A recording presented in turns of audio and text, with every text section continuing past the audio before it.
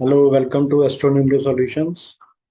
आज हम सिनेमा जगत के महानायक अमिताभ बच्चन जी के चार्ट के बारे में डिस्कस करेंगे पाइथागोरस न्यूमरोलॉजी के हिसाब से।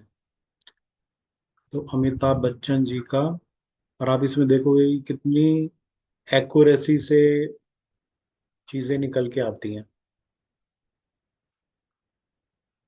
उनकी डेट ऑफ बर्थ है 11 अक्टूबर 1942। बर्थ नंबर है मास्टर नंबर 11/2। तो ये मास्टर नंबर एक स्पेशल एबिलिटी देता है। अगर हम देखें तो महानायक दिलीप कुमार और ओशो रजनीश, उनका स्पिरिचुअल वर्ल्ड में बहुत नाम है। उनका भी 11 नंबर से रूल्ड है, 2 नंबर है चंद्रमा का। तो जितने भी आर्टिस्टिक लोग होते हैं जो आर्ट की फील्ड में, मीडिया में, फिल्म इंडस्ट्री में अच्छा करते हैं, कहीं ना कहीं 2 नंबर को भी चंद्रमा जैसे चीज में गिरता है वैसा ही हो जाता है। तो ऐसे लोगों के अंदर एक्टिंग टैलेंट और म्यूजिकल टैलेंट बहुत होता है। और इनका डेस्टिनी नंबर है 19/1। तो 1 नंबर सूर्य को डिनोट करता है। तो इनके पास में चंद्रमा और सूर्य, इन दोनों का मेल है। तो ये दोनों ही हमारे पूरे विश्व को रोशनी देते हैं। तो ये कह सकते हैं कि ये बहुत नेम फेम और पोजीशन का योग इनका बनाता है, 2 नंबर चंद्रमा से और 1 नंबर सूर्य से। तो 1 नंबर सूर्य के कारण ये पॉलिटिक्स में भी गए और इन्होंने अपना बिजनेस भी शुरू किया। ठीक है। लेकिन इनका चार्ट में बिजनेस से रिलेटेड इतने अच्छे सक्सेस के योग नहीं है। उसके अलावा इनका जॉडियक नंबर जो है कि ही इज अ लिब्रा। तो जॉडियक नंबर इनका 6 बनता है। तो तो सुंदरता के या मीडिया में जाने के लिए चंद्रमा या शुक्र, यही 2 ग्रह ज्यादा स्ट्रॉन्ग आपको चार्ट में मिलेंगे। और प्लस तीसरा नंबर जो इनका नेम नंबर है वो है 43/7। तो ये जो 7 नंबर है ये भी चंद्रमा का ही रूप माना जाता है। तो इसलिए 7 नंबर वाले भी media, film industry, artistic fields में अच्छा करते हैं। एक स्पेशलाइजेशन का नंबर है। लेकिन ये 7 नंबर आपको हेल्थ इश्यूज भी देता है। तो 7 नंबर और 9 नंबर, क्योंकि इनका जो फर्स्ट नेम नंबर है वो 18 है, 18/9, और पूरा नंबर इनका 43/7 है। तो 7 नंबर केतु, केतु मंगल की तरह है। तो ये भी आपको हेल्थ इश्यूज, तो on and off Amitabh Bachchan ji को हेल्थ इश्यूज प्रॉब्लम्स रही हैं। अब इनके चार्ट में खास बात क्या है, ये इनका जब हम इसका चार्ट बनाते हैं तो ये इनका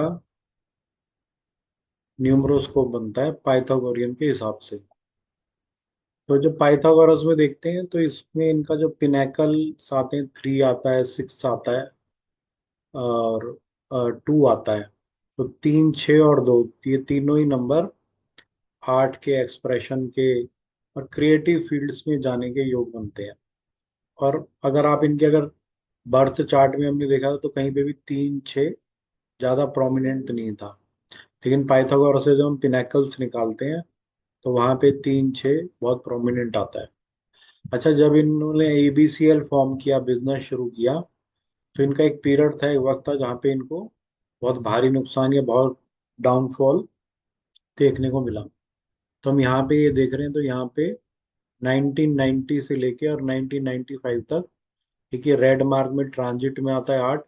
यानी शनि, यानी नेगेटिव शनि ने प्रभाव दिया इन्हें। तो इनकी लाइफ में उथल पुथल मचा दी। प्लस इनका जो ये इवेंट नंबर या एसेंस नंबर है, ये 16/7 चला है। तो 16/7 क्या कहता है कि ये सडन डाउनफॉल लाइफ में आता है, कि आदमी ऊपर चढ़ता है और वहां से एकदम से गिरता है और आदमी बहुत ज्यादा उसको सेटबैक, ये सबसे बड़ा जो कार्मिक नंबर है उसे हम 16 को मानते हैं। तो ये 16 इनका नया 1990 से लेके और 1995 तक चला। तो इस पीरियड में इनको भयंकर डाउनफॉल देखने का मिला लाइफ में। तो अगर हम ये जब भी इवेंट नंबर में हमारे जब भी कार्मिक नंबर्स आते हैं तो वो कहीं ना कहीं हमें परेशानी देते हैं।